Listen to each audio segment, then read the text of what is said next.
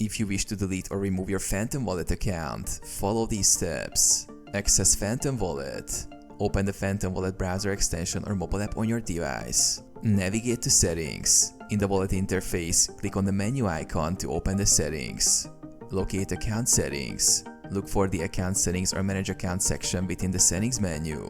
Delete account. In the account settings, find the option to delete account or remove wallet. Phantom Wallet may ask for confirmation or request your password or recovery phrase for verification purposes. Confirm deletion.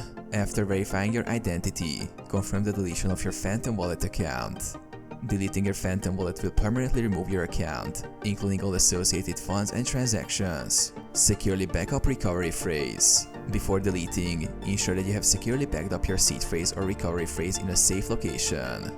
This is necessary for restoring your wallet in case you change your mind later. Final steps. After deletion, the wallet will no longer be accessible. You can create a new wallet with a fresh seed phrase if you decide to use Phantom again in the future.